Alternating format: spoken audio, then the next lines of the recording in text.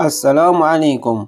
موعد مباراة المغرب وكوريا الشمالية اليوم في كأس العالم للسيدات تحت 17 سنة. والقنوات الناقلة لهذه المباراة: تأهل المغرب إلى ثمن كأس العالم للسيدات تحت 17 سنة بعد احتلاله المركز الثالث بالترتيب المجموعة الأولى.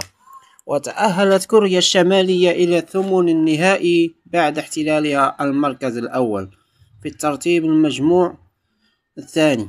وسيحضر الملعب الأولمبي بالرباط لقاء المغرب وكوريا الشمالية في ثمن كأس العالم للسيدات تحت 17 سنة اليوم الثلاثاء 28 أكتوبر 2025 في حدود الساعة 8 مساء بتوقيت المغرب و10 مساء بتوقيت مصر. وسيتم نقل هذه المباراة على قناة الرياضية TNT. ولا تنسوا الاشتراك ليصل لكم كل جديد، وإلى اللقاء.